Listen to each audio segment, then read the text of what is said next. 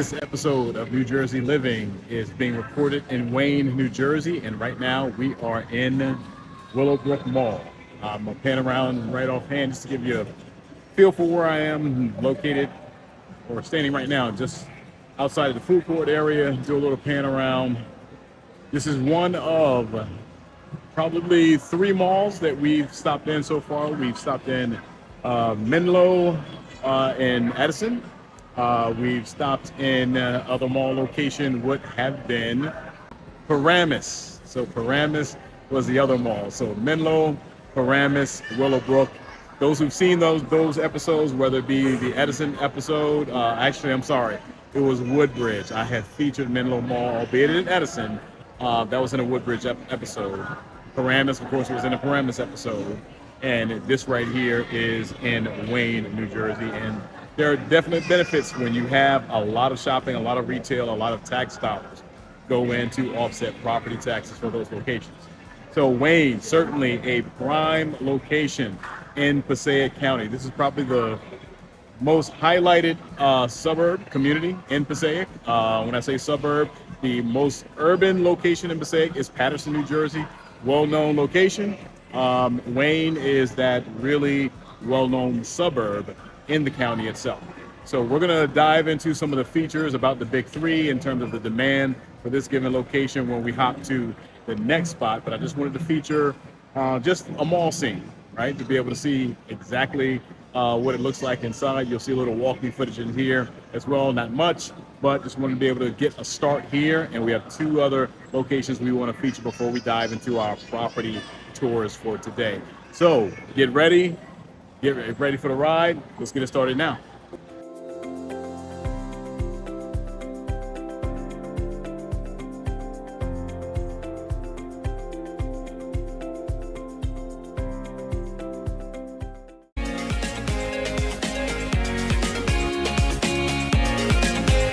Welcome to New Jersey Living. My name is Corey Jones, and I am a real estate agent here in New Jersey with Coldwell Banker and team leader of the New Jersey Living Group.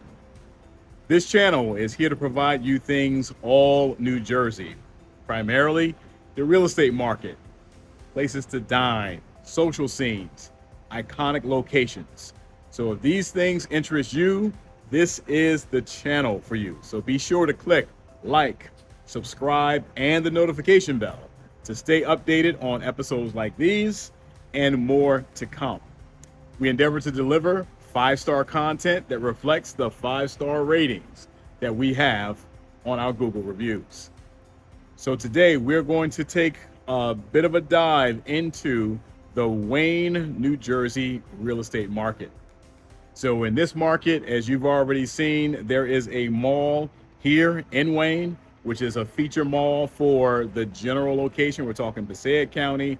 We're talking portions of Morris, even a little bit of Sussex, and even some outer western portions of Bergen that would filter this way to come to the mall. And then, of course, this location where I am right now is another major feature in Wayne. Panning around, as you probably could already tell, I am on a train station platform. We are at the Mountain View. We're at the Wayne location for transit, so we're going to jump right into the big three. And some of you all who are new may be asking, what is the big three? What is this all about? So the big three are the three primary factors that drive demand in the real estate market in both central and northern New Jersey. So one of them is going to be proximity. So I'm going to get a quick flash of a map.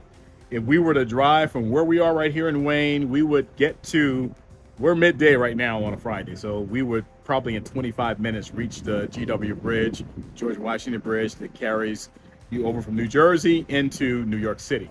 So roughly about 25 minutes with traffic that's moving steadily, certainly about a 40-minute drive if you're talking heavier traffic. But well within an hour, the point being to get into New York City if we were to drive. Train, so that's a check, proximity. Proximity, if it's an hour or less to drive into a driving commute into the city, that's a check mark. So check for proximity. Train station is number 2, and as you can see, we're at a train station. We are at the Wayne Transit Center. So it's not only the train that is here, and the train station itself is relatively new. I don't have the year. I can't remember right offhand if it was 2004 or 2007, but this is a relatively newer station here. But the bus transit, and I'll flash a photo up for you for the bus transit. That's the other location that's here on site. So I mentioned at the mall, we're talking two locations. I was being more specific within really one bigger location of the transit center. Bus will get you into the city again less than an hour. Train likewise. So there are multiple options to get into the city. So a check mark there. And finally, it is school ratings, and Wayne carries an A rating for the school district on niche.com. I always stay from my own subjective opinions and keep it very objective with information that niche.com provides. So 3 check. This is a 3 check, and that absolutely reflects the amount of demand. I'm going to flash up the screen to show you the number of sales in the past 30 days. And that total was over 40. All right. Over 40 over the past 3 days. And that was with the single family. That's not even counting townhomes and condos. That was just single family.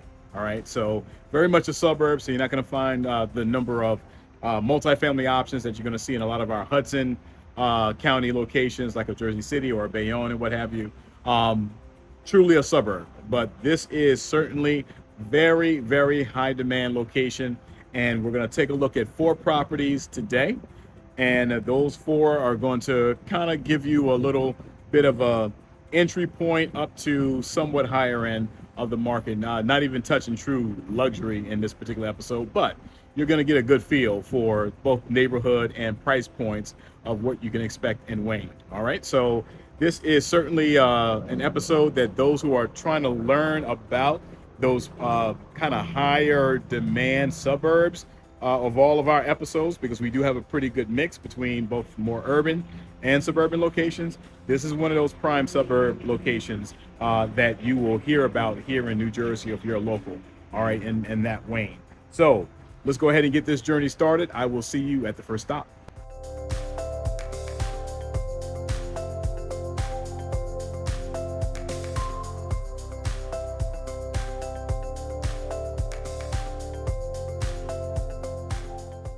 We're here at our first stop.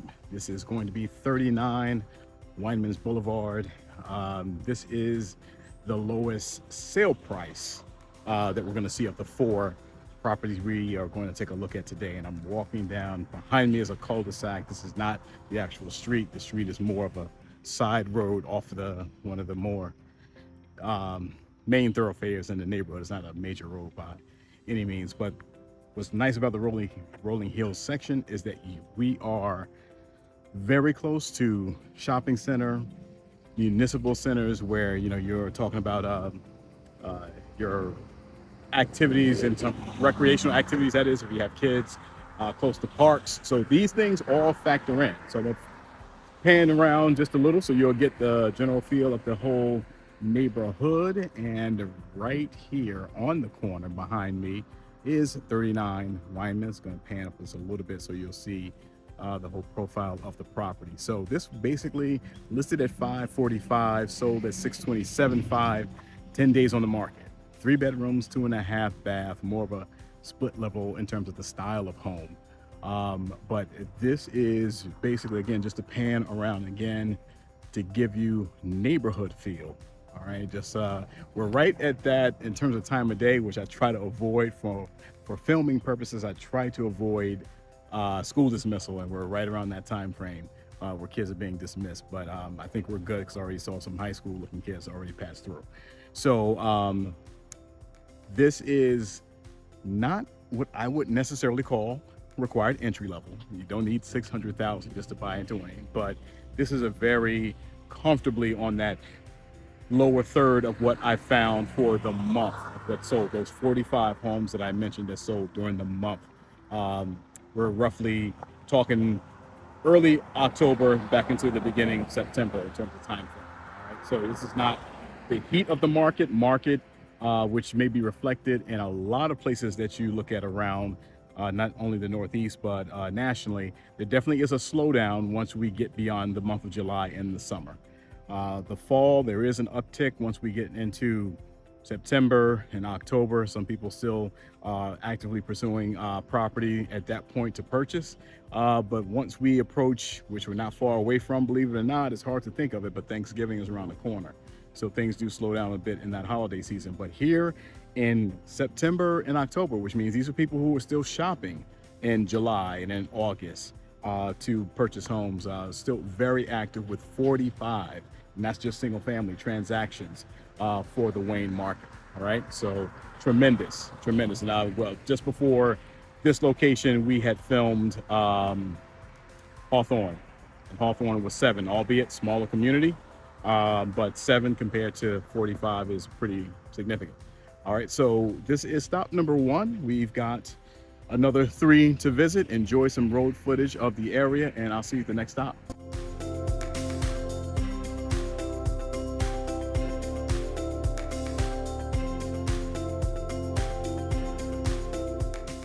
All right, our second stop lands us on Patton Court. Patton Court is only really maybe half-mile drive down from where we were. Do a quick pan around. Property's right here behind me, but I will come back to that one. Nice cul-de-sac. Cul-de-sac is a mix of, I see both bi-levels and maybe all bi-level actually. Yeah, so actually this may be more of a traditional colonial up here, and definitely a colonial beside it. Yeah, so but most of the neighborhood is some variation of bi-level. So this is 20 Patton right here behind me. Pan up just a little bit, and for those who have been watching many of my episodes to hear my insights on different kinds of properties in terms of what style properties they are, bi-levels are what I've always described as kind of a ranch floor plan, general ranch, kitchen, dining area, 3 bedrooms, bath, sometimes 2 full baths, sometimes bath and a half, sometimes just 1. But it tends to give a good amount of square footage on that footprint. But then that footprint is on the second level. Underneath that is a variation of floor plans, whether it be an open one, 2 more bedrooms down there, often a bathroom down there, garage on that level, sometimes a sliding door for a family room that then or rec room that walks out to the back. And sometimes there's even a deck off of the top level. So it gives a lot of space. This was a very popular kind of design that emerged in the 70s construction, and certainly has a affordability factor to it as well. So this particular property was basically at $625 and sold at $640. So it didn't go nearly as high above list price as the other one did. And this one in the description did not really feature a lot of upgrade per se. So I think there may have been just a situation where it was maintained well, but not necessarily a ton of upgrades. But a beautiful block. I'm just gonna keep panning around here.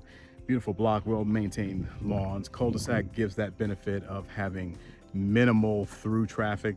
So a lot of families do prefer that, just to have a quieter neighborhood in general, but kids can be in the street without too much of a threat or danger with vehicles coming back and forth. So this 4-bedroom for this one, and this was 3 full baths. So not sure how that interior layout looked, but I'm gonna have a link for pretty much every property that we do. We'll have a link from realtor.com where you can click on that right here in the descriptions and take a look on the interior yourself. But likely it was 2 full baths on the upper level with a full bath on the lower. So it works well if you have a mother-daughter situation, family that lives with you, or just a larger family in general. Bi-levels are very functional from that regard and providing a lot of very good square footage. All right, so this was stop number 2. Enjoy some of this road footage that is coming up of the Wayne community, and I'll see you at the next stop.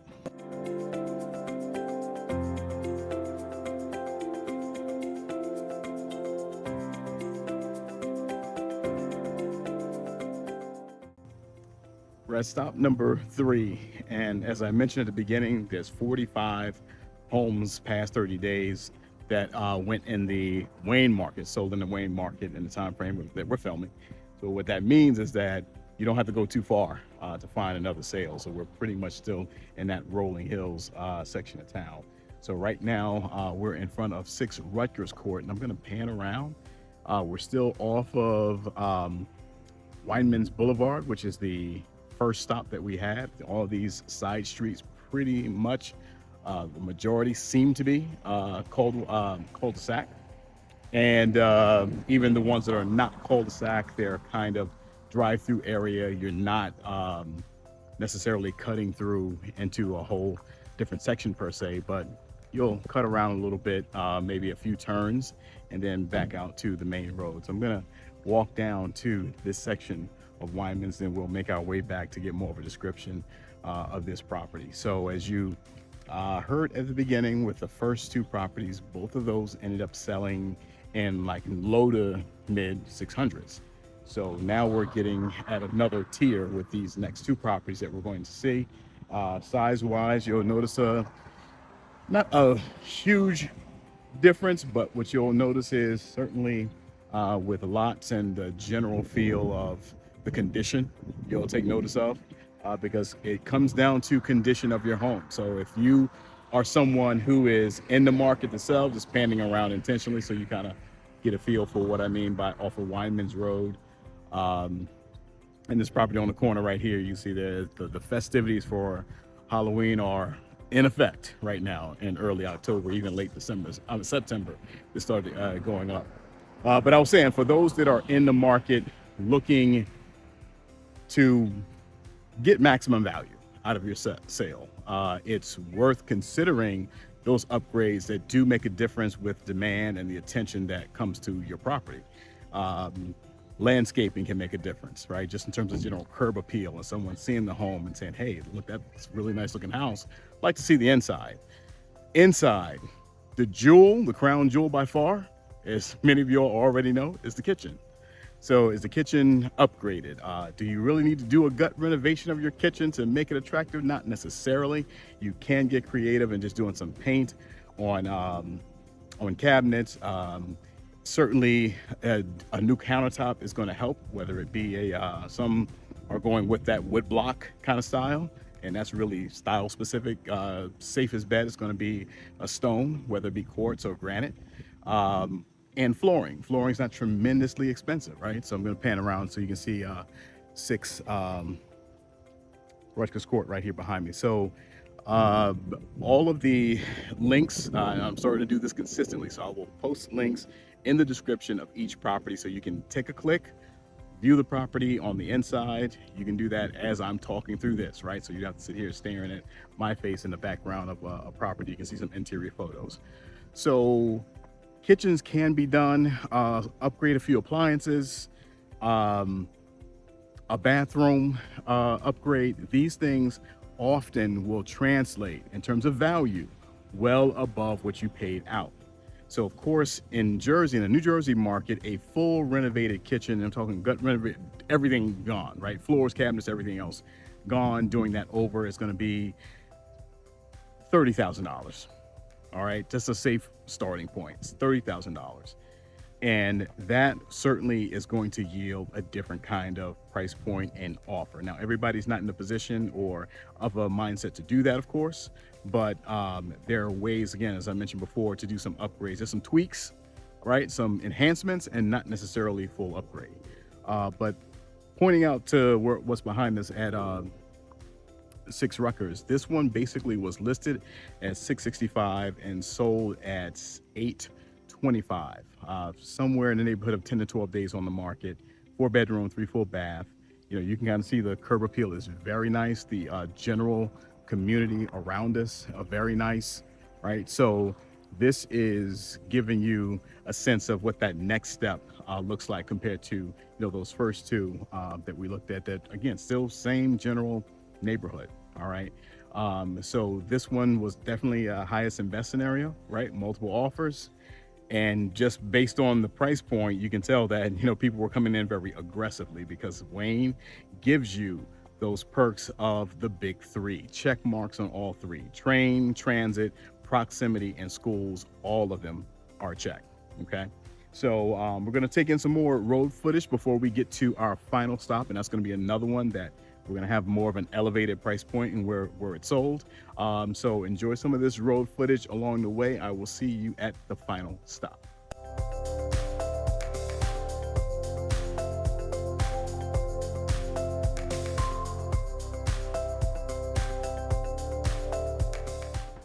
Here we are at our last stop. This is not the property yet. This behind me is next door, but I just wanted to point out that Preakness Ave is this intersection behind us. This is the main thoroughfare in the neighborhood that leads right back down towards the major shopping center and the town municipal center and recreational facilities and things like that.